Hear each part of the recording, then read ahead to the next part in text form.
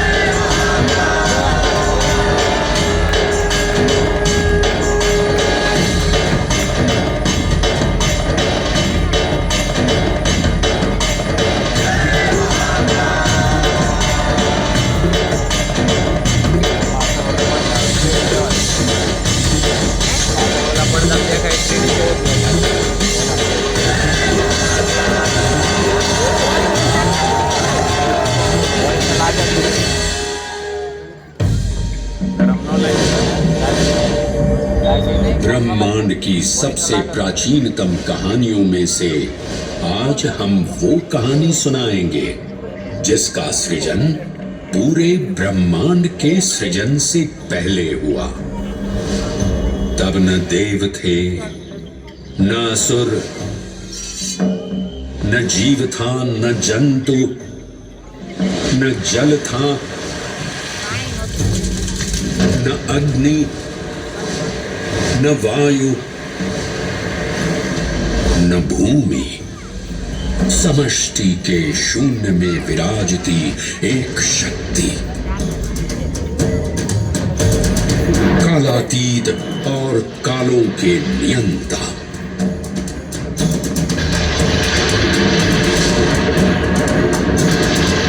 विधाता भी और विध्वंसक भी, अखंड, अचल, अविनाशी।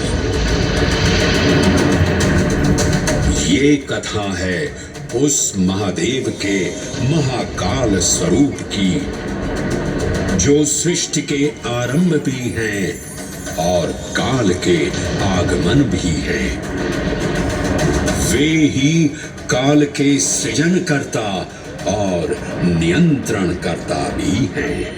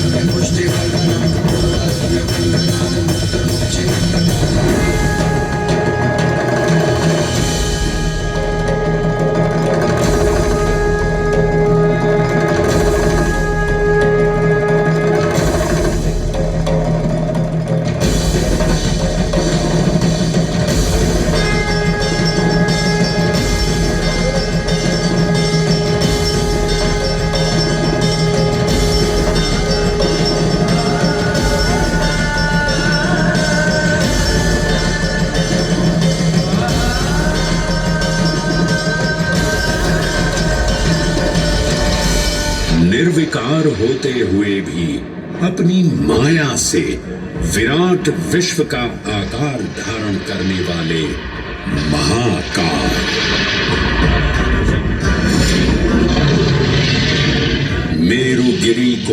धनुष और भगवान विष्णु को बाण बना दैत्यों के 3 पुरों का नाश करने वाले महाकाल। वो महाकाल जो तीनों लोकों में विद्यमान सभी शिवलिंगों में प्रधान है।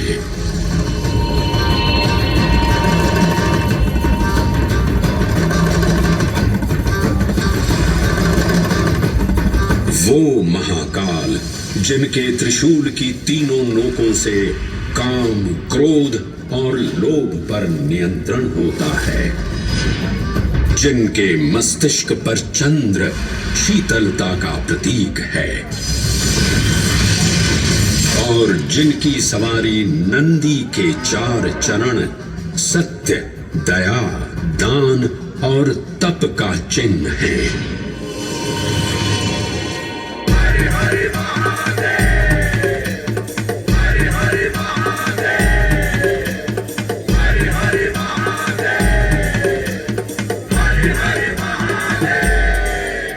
न पुण्यं न पापं न सौख्यं न दुःखं न मन्त्रो न तीर्थं न वेद न यज्ञ अहं भोजनं नैव भोज्यं न भोक्ता चिदानन्दरूपः शिवोऽहं शिवोऽहम्।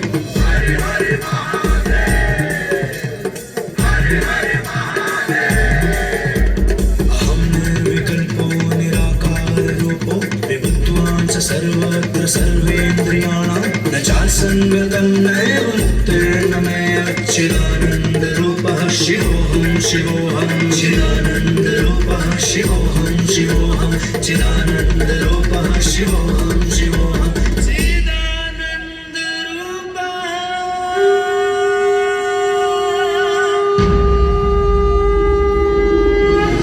वराह पुराण में कहा गया है, नाभिदेशे महाकालस्तन्नाम्ना तत्र वै हरः, अर्थात नाभिदेश उज्जैन में स्थित भगवान महाकालेश्वर तीनों लोकों में पूजनीय हैं। आकाशे तारकामलिंगम पाताले हाटकेश्वरम मृत्युलोके महाकालम सर्वलिंगम नमोस्तुते। आकाश में तारकलिंग के रूप में, पाताल में हाटकेश्वर के रूप में और मृत्युलोक में महाकाल के रूप में स्थित भगवान शिव को प्रणाम। समस्त लिंग स्वरूपों में विद्यमान भगवान शिव को सादर नमस्कार। नाभिदेश उज्जैन का अटूट बंधन है महाकाल के साथ, जो महाकाल स्तोत्र में उल्लिखित है। उज्जयिन्यां महाकालम महाकालेश्वरम हरम महाकालम महायोगिनम नमामि पार्वती पतिम। तो चलिए मैं आपको कथा सुनाता हूँ इसी महान उज्जैन नगर की। उज्जैन, जिसे संस्कृत साहित्य में अवंतिका, विशाला, कुशस्थली, पद्मावती, कनकश्रृंगा, स्वर्णश्रृंगा, प्रतिकल्पा, कुमुदवती और अमरावती के नाम से पुकारा गया। उज्जैन, जो मनुष्य को मोक्ष प्रदान करने वाली 7 नगरियों में से एक है। उज्जैन, जहां 84 महादेव का आशीर्वाद प्राप्त है। उज्जैन, जिस पर सदा ही कृपा रहती है महाकाल की। यहाँ सतत क्षिप्रा नदी की निर्मल धारा बहती है। डमरू के नाद से जीवन को ऊर्जा मिलती है। घंटियों की झंकार मन को आनंदित करती है और यहाँ का आकाश शिव आशीष स्वरूप है। श्मशान ऊषर क्षेत्र पीठम तु मनमेव च पंचकत्र न लभ्यते महाकाल पुरद्दते। अर्थात यहाँ पर श्मशान, ऊषर यानी अनुपजाऊ भूमि, क्षेत्र अर्थात पवित्र भूमि, पीठ यानी शक्ति स्थान और मन अर्थात आध्यात्मिक शांति का स्थल, पांचों एक ही स्थान पर उपलब्ध है। ये संयोग महाकाल की नगरी उज्जैन की महिमा को और गरिमामय बना देता है। उज्जैन के इस अलौकिक स्वरूप से प्रभावित हो महाकवि कालिदास अपने काव्य मेघदूत में लिखते हैं, हे जलधर, यदि महाकाल के मंदिर में समय से पहले तुम पहुंच जाओ तो तब तक वहां ठहर जाना जब तक सूर्य आंख से ओझल न हो जाए। शिव की संध्याकालीन आरती के समय नगाड़े जैसी मधुर ध्वनि करते हुए तुम्हें अपने धीर गंभीर गर्जनों का पूरा फल प्राप्त होगा।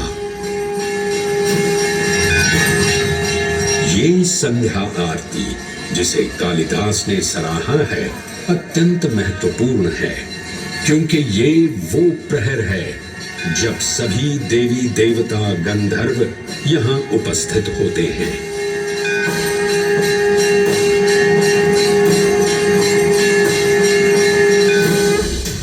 उज्जैन की महिमा अद्वितीय है। सतयुग, त्रेता युग, द्वापर युग और कलयुग, हर युग में इसका अप्रतिम महत्व रहा है। इस काल यात्रा में सबसे पहले आपको सतयुग के उस कालखंड में ले चलता हूं जहां देव और दानव एकत्रित हैं समुद्र मंथन करने के लिए। मन की आंखों से कल्पना कीजिए, भगवान विष्णु ने कुर्म का रूप ले मंदरांचल पर्वत को अपनी पीठ पर उठा रखा है। सागर से विकराल लहरें उठ रही हैं, मेघ भयानक गर्जना कर रहे हैं।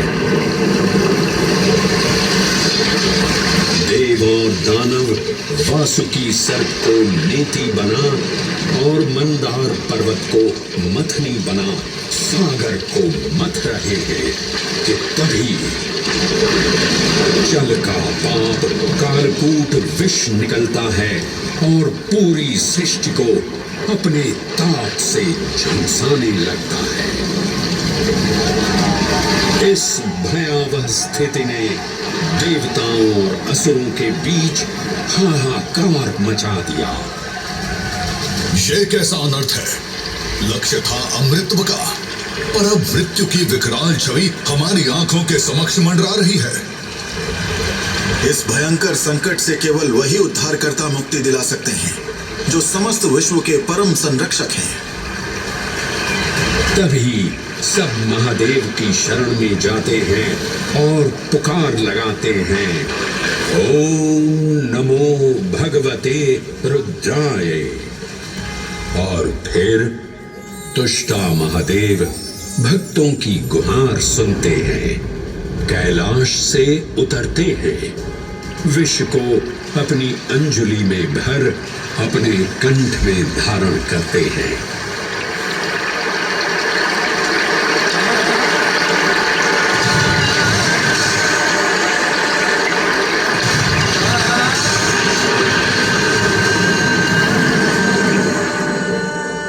अंततो गत्वा सागर मंथन से अमृत कलश प्रकट होता है।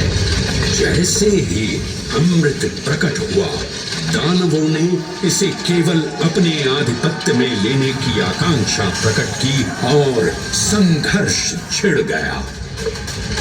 आज यदि हम इस अमृत को प्राप्त कर सकें तो हम देवताओं पर हमेशा के लिए प्रभुत्व स्थापित कर पाएंगे। अमृत अपात्र हाथों में ना जा पाए, क्योंकि ये अपनी शक्ति का असीम दुरुपयोग करेंगे। इस अराजकता के परिणाम स्वरूप अमृत की कुछ बूंदें छलकी और पृथ्वी तक पहुंच गई।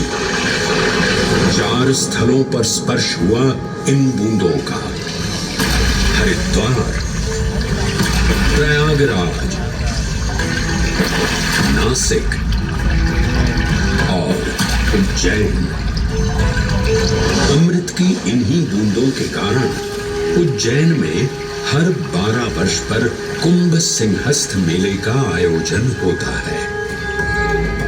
भगवान शिव की लीला देखिए, लोक कल्याण के लिए स्वयं विषपान किया और अपनी नगरी पर अमृत वर्षा करवाई। अमृत की पावन बूंदों से अभिसिंचित ये दिव्य उज्जैन भूमि रामायण के पृष्ठों में भी सम्मिलित हुई। सतयुग के बाद त्रेता युग में माता सीता की खोज में वानर सेना का यहाँ आगमन हुआ।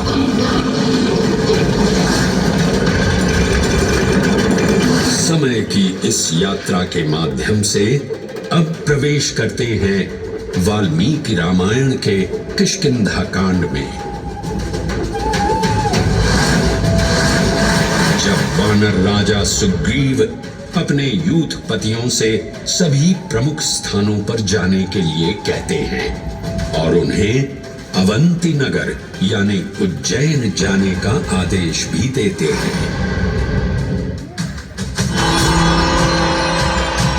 मेखला उत्कल के क्षेत्र, दशर्न के नगर, आब्रवंती, अवंती और विदर्भ के राज्य, साथ ही माहिष्का के आकर्षक राज्य में भी पूरी तरह से खोजना होगा। एक युग भगवान विष्णु के राम अवतार से संपृक्त और अगला युग उन्हीं के एक और दिव्य अवतार से समरस होना, ये अद्वितीय संगम केवल उज्जैन में ही संभव था।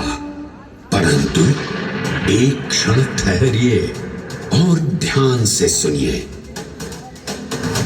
ये हैं महाकाल के 1008 दिव्य नाम। हाँ, मैंने काल चक्र को परिवर्तित कर दिया है और अब द्वापर युग का शुभारंभ हो चुका है।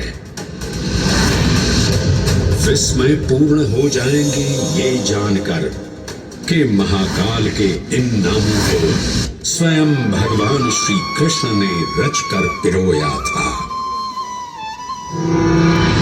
महाकाल सहस्र नामावली की ये अद्भुत रचना उस समय की है जब योगेश्वर कृष्ण, उनके मित्र सुदामा और शेषावतार बलराम ने अवंती नगरी में स्थित सांदीपनी ऋषि के आश्रम में वेदांत दर्शन और शस्त्र विद्या की शिक्षा ग्रहण की थी। कहते हैं कि भगवान श्री कृष्ण को अवंती ने ऐसा मंत्र मुग्ध कर दिया कि यहाँ 64 दिनों तक रुककर उन्होंने 64 विद्याएं और 14 कलाओं का ज्ञान लिया। उज्जैन का संबंध महाभारत से भी जुड़ा हुआ है। इस महान महाकाव्य के वन पर्व में उल्लेख किया गया है कि महाकालेश्वर मंदिर में स्थित कोटि तीर्थ जल का स्पर्श मात्र करने से अश्वमेध यज्ञ के समान फल प्राप्त होता था। और फिर परिवर्तन की इस अनवरत धारा ने एक नई कहानी लिखी। उज्जैन में उदय हुआ मौर्य वंश का। सम्राट बिंदुसार ने अपने पुत्र अशोक को उज्जैन का राज्यपाल बनाया और समय के साथ अशोक के शासनकाल में धर्म का विस्तार हुआ। मौर्य वंश के पश्चात विभिन्न राजवंशों, सम्राटों और नरेशों ने उज्जैन की सेवा की।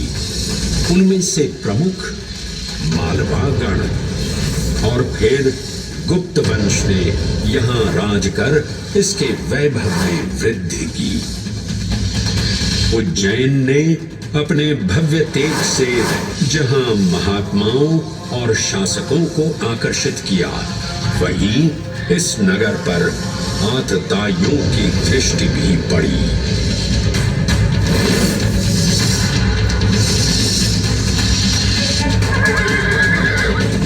शक मध्य एशिया की खानाबदोश जनजाति थी, जिन्होंने उत्तर पश्चिमी और मध्य भारत के कुछ हिस्सों पर आक्रमण कर अपना शासन स्थापित किया।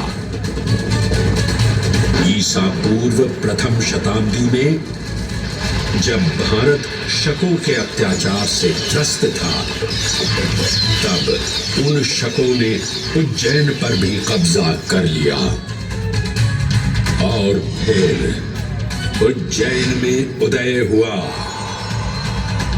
एक तेजस्वी योद्धा, महाराज विक्रमादित्य का। एक तरफ शकों का बल तो दूसरी तरफ विक्रमादित्य का अद्वितीय पराक्रम। विक्रमादित्य की तलवार महादेव के तीसरे नेत्र सी चमकी। प्रचंड युद्ध हुआ। महाकाल की कृपा से शूरवीरों ने शकों को परास्त किया और उज्जैन में गणतांत्रिक शासन स्थापित किया।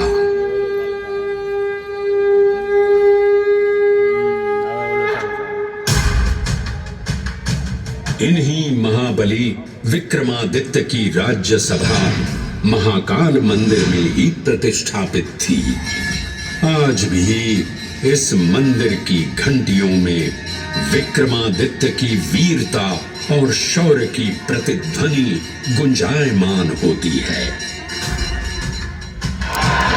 राजा विक्रमादित्य और शकों के मध्य हुए युद्ध ने उज्जैन को कालचक्र से अभिन्न रूप से जोड़ दिया, क्योंकि जिस दिन उनको विजय प्राप्त हुई, उस गौरवशाली उपलब्धि के सम्मान में एक नवीन पंचांग का शुभारंभ किया गया, विक्रम संवत पंचांग। आज भी कई हिंदू पर्व और धार्मिक अनुष्ठान विक्रम संवत पर आधारित हैं।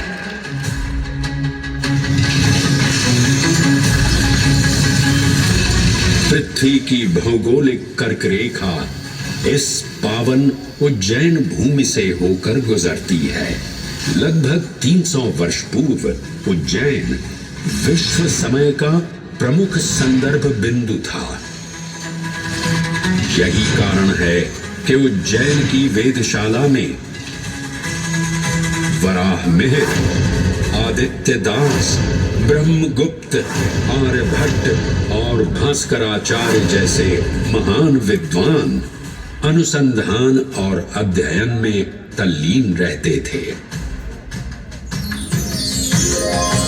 खगोल शास्त्र का केंद्र, महाकालेश्वर का आवास, जगत गुरु कृष्ण की नगरी, विक्रमादित्य का राज। जयति जय उज्जैनी, वैभवशालिनी नगरी उज्जैन।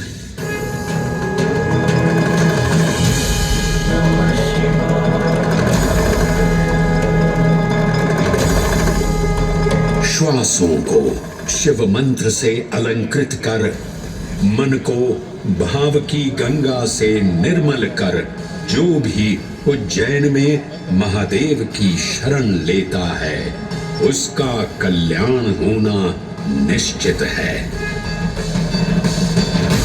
आज सुनी सबने गाथा महाकाल की, दर्शन जिनके दुर्लभ हैं, नमन करे जिन्हें काल भी, चरण में जिनके है बसा।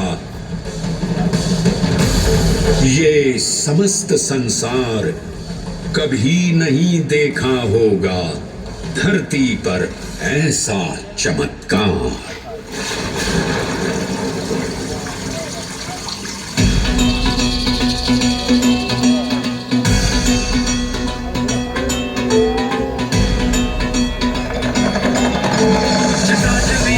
चञ्चल प्रवाह पावितस्थले गले विलम्बिताम्बुजं तुङ्गमालिका डमड्डमड्डमड्डमन्निनादवड्डमर्वयं चकार चन्द्रताण्डवं तनोतु नः शिव शिव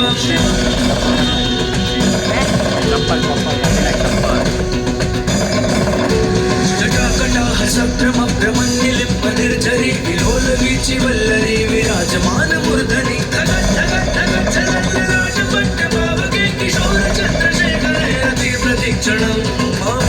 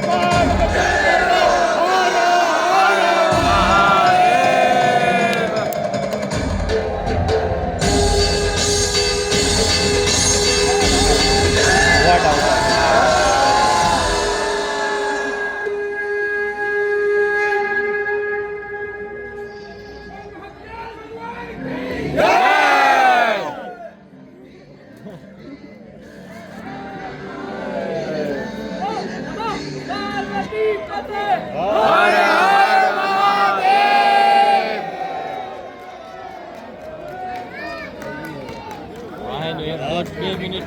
Video.